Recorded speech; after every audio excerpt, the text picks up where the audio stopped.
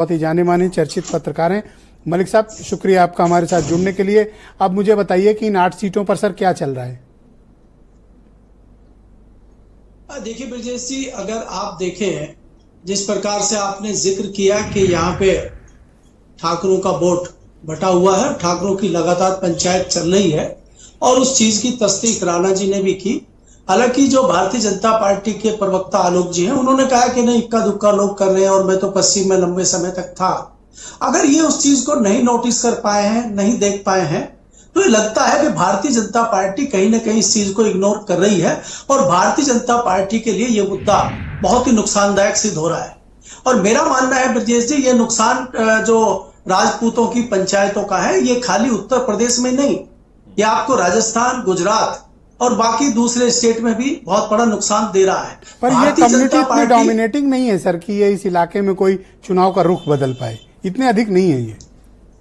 नहीं, लेकिन इतने अधिक नहीं है, लेकिन ये भारतीय जनता पार्टी का कोर वोट माना जाता है और प्रभावित करता है। अगर 10% भी किसी सीट पे है तो 10% वोट का मतलब बहुत बड़ा ब्रजेश जी होता है। और जैसा कि मैंने कहा, पश्चिमी उत्तर प्रदेश की जो मुजफ्फरनगर सीट थी, मेरठ सीट है, या आप गौतम बुद्ध नगर और गाजियाबाद देखें कि वहां पे अच्छी खासी इनकी तादाद है। आपको नहीं, ये याद रखना चाहिए, भूलना नहीं चाहिए इस बात को कि ये जो गौतम बुद्ध नगर का और अलीगढ़ का बुलंदशहर का एरिया है, यहाँ पे ठाकुर 60 और ठाकुर 84 भी है।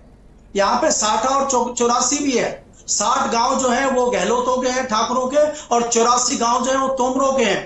तो वो एक साथ ही जाते हैं, जैसे जाट इकट्ठा जाता है ऐसे ही वो लोग भी इकट्ठे जाते हैं। अब इसमें भी बदलाव। अब मैं आपसे 2 सवाल करता हूं। एक तो एनसीआर की 3 इंपॉर्टेंट सीटें हैं, नोएडा, गाजियाबाद और बुलंदशहर का इलाका, हापुड़ वगैरह भी इसी में सम्मिलित है।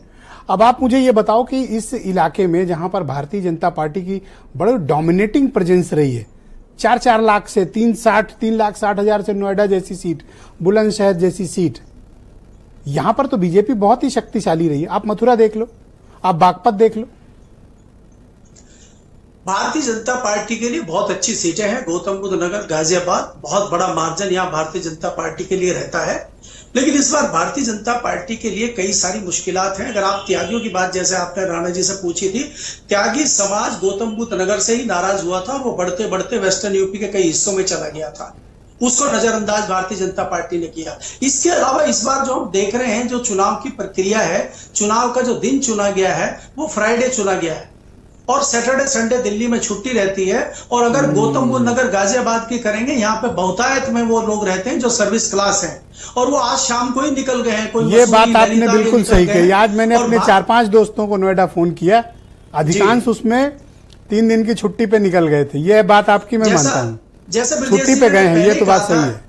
जैसे मैंने ब्रजेश जी पहले कहा था कि ये चुनाव लगातार ठंडा है और मौसम गर्म है, लेकिन भारतीय जनता पार्टी इसको क्यों नहीं समझ पा रही, ये मेरी समझ से बाहर है। और मैं इसका उदाहरण भी देता हूं कि आपने शुरू में किसानों के आंदोलन को इग्नोर किया और बाद में वही आपके गले की हड्डी बना और ये हुआ कि 13 महीने के बाद प्रधानमंत्री को माफी मांग के उनको वापस भेजना पड़ा। अलीगढ़ की तरफ क्या हाल है सर? अलीगढ़ का चुनाव कैसा चल रहा है?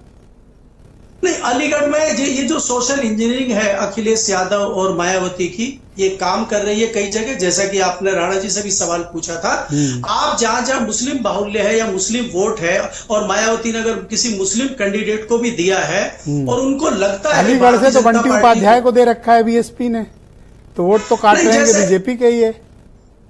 नहीं, देखिए इसमें कई जगह क्या होता है कि जहां हाथी नहीं होता है वहां पे जो पिछड़ा वोटर है वो भारतीय जनता पार्टी को जाता है। उसको दूसरा ऑप्शन भारतीय जनता पार्टी है, पहला ऑप्शन हाथी है।